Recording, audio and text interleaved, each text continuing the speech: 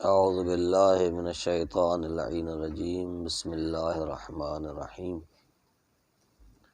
الحمد للہ رب العالمین وصلی اللہ علی سیدنا محمد وآلہ الطیبین لا سیما بقیت اللہ فی الارضین ولعن الدائم علی اعدائہم اجمعین۔ جب عبد نے اعتراف کیا کہ جو اس نے کبھی اعمال انجام دیے ہیں ان کے لیے اس کے پاس کوئی حجت نہیں ہے، کوئی دلیل نہیں ہے، کوئی عذر نہیں ہے، تو بس وہ عبد اعتراف کر رہا ہے کہ میں آپ کے حضور میں اس حالت میں آتا ہوں کہ معافی چاہتا ہوں، یعنی معتذراً، نادماً، پشیمان ہو کر آتا ہوں، اور تکبر کو ختم کر کے خاشع اور خاضع اور منکسر ہو کر آیا ہوں،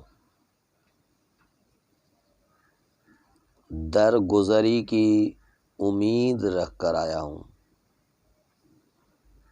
آپ کی بارگاہ میں لوٹ کر آیا ہوں، یعنی ہر جگہ سے جو امید کے دروازے تھے وہ بند ہو چکے ہیں میرے لیے، بس آپ کی خدمت میں لوٹ کر آیا ہوں، منیباً جس کا معنی تھا، اور معترفاً، گناہ کا اعتراف کرتے ہوئے آیا ہوں، اور یہ سمجھ کر آیا ہوں کہ میرے پاس اور کوئی پناہ نہیں ہے، کوئی جائے پناہ نہیں ہے سوائے اس کے کہ اے مالک تو اپنی رحمت واسعہ میں مجھے جگہ عطا فرما، اس کے علاوہ اور کوئی ملجا ماوا، کوئی سرپناہ نہیں ہے۔ اس اعتراف کے بعد اب جب وہ بارگاہ ربوبی میں عبد حاضر ہوا ہے تو حاضر ہو کر عرض کرنے لگتا ہے کہ اللہم فاقبل عذری وارحم شدت ضری وفکنی من شد وثاقی یا رب ارحم ضعف بدنی ورقت جلدی ودقت عظمی، یعنی لہذا یعنی اب جو میں یہ اعترافات کرتے ہوئے آپ کے حضور آیا ہوں تو اے معبود میرے عذر کو قبول فرما اور میری شدت مصیبت پر رحم فرما، مجھے شدید قید و بند سے نجات عطا فرما۔ اے پالنے والے، میرے بدن کی کمزوری اور میری جلد کی نرمی اور میری ہڈیوں کی باریکی پر رحم فرما۔ یہ التجا کرنے لگتا ہے خدا کے حضور میں آ کر گناہوں کے اعتراف کے بعد۔ اس جملات میں جو لفظ ذر آیا ہے یہ پہلے بھی گزر چکا ہے کہ عبد کی بدحالی، یعنی اے مالک میری بدحالی پر جو بدحالی گناہوں کے انجام دینے کی وجہ سے ہو گئی ہے، جو میں نے آپ کی مخالفت میں اعمال انجام دیے ہیں، ان کی وجہ سے جو میرا حال بد ہو چکا ہے، میری حالت زار ہو چکی ہے، آپ اس پر رحم فرما۔ یعنی یہ وہ بدحالی۔ فق یا فقاق خلاصی کے معنی میں آتا ہے، یعنی خلاصی حاصل کرنا، آزادی حاصل کرنا۔ تو یہ عرض کرتا ہے بارگاہ ربوبیت میں کہ فقنی من شد وثاقی۔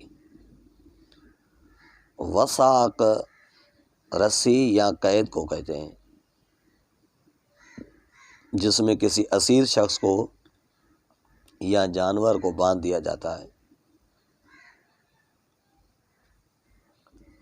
تو یہ عبد عرض کرنے لگتا ہے کہ اے خدا، وہ طوق گناہ، وہ قید اور شیطان کی رسی جس نے مجھے قید کر کے رکھ دیا ہے، باندھ کے رکھ دیا ہے، آپ کے حضور میں آیا ہوں کہ میرے لیے اس سے آزادی عطا فرما۔ یعنی خدا سے پناہ مانگتا ہے کہ اے خدا، اس قید و بند سے کوئی چھٹکارا دینے والا نہیں ہے سوائے تیری ذات کے۔ تو فقنی من شد وثاقی۔ پھر عرض کرنے لگتا ہے کہ اے رب، میرے ضعیف بدن پر رحم فرما۔ قرآن مجید میں آیت ہے کہ خلق الانسان ضعیفا، انسان کے اندر کوئی توانائی نہیں ہے، کوئی قوت نہیں ہے، انتہائی ضعیف ہے،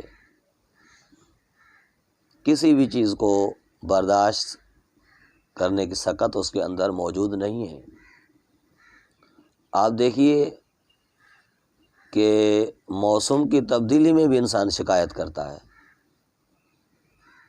اگر سردی زیادہ ہو جائے تو بھی شکایت کرنے لگتا ہے، گرمی زیادہ ہو جائے تو بھی شکایت کرنے لگتا ہے۔ یعنی قوت برداشت اس کے اندر نہیں ہے۔ جب وہ دنیا کی سادہ سی محدود سی گرمی کو برداشت نہیں کر سکتا تو وہ گناہوں کی وجہ سے جس عذاب میں مبتلا ہوگا وہ اس کو بطریقہ اولا برداشت نہیں کر پائے گا۔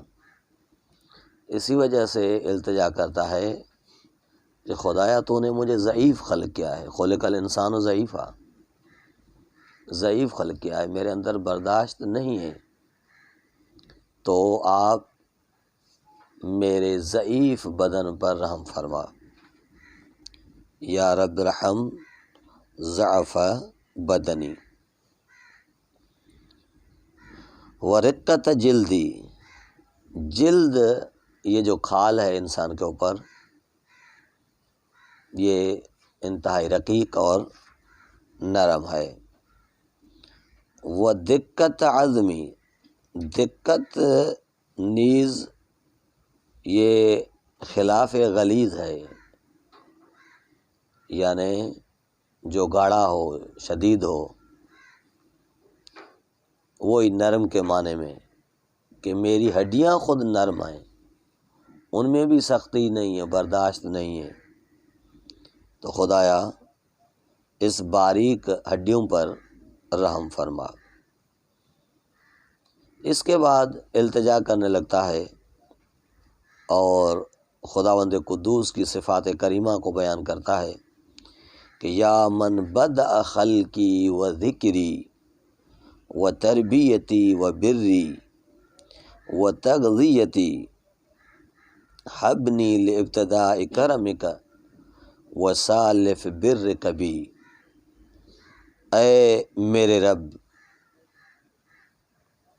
اے مجھے خلق کرنے والے اور مجھے ہمیشہ یاد کرنے والے، اور مجھے ہدایت کرنے والے اور میرے ساتھ نیکی کرنے والے اپنے سابقہ کرم اور گزشتہ احسانات کی بنا پر مجھے معاف فرما۔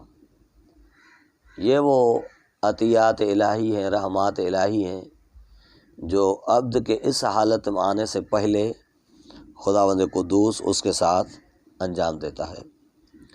خداوند قدوس ہمیشہ اپنے بندے کو یاد کرتا ہے۔ یاد کرنے کے معنی یہ ہے کہ خداوند قدوس نے کبھی بھی اس کا رزق بند نہیں کیا، کبھی بھی اس کے اوپر عطا کو بند نہیں کیا۔ یہ یاد خدا ہے کہ ہم خدا کو ہمیشہ یاد ہیں، لیکن ہم نے خدا کو بھلا دیا ہے، ایسے کریم مالک کو بھلا دیا ہے۔ تو دیکھیے عرض کرنے لگتا ہے کہ یا من بدا خلقی و ذکری، اے خدا تو نے مجھے خلق کیا اور مجھے یاد کیا۔ کہاں پر؟ دیکھیے بطن مادر میں انسان کی جو تربیت، تخلیق خدا نے انجام دی ہے، یہ سب اس کا کرم ہے کہ وہاں پر غذا دینا، تغذیہ کرنا، خوراک مہیا کرنا، پھر تربیت یعنی ٹھیک سے بنانا۔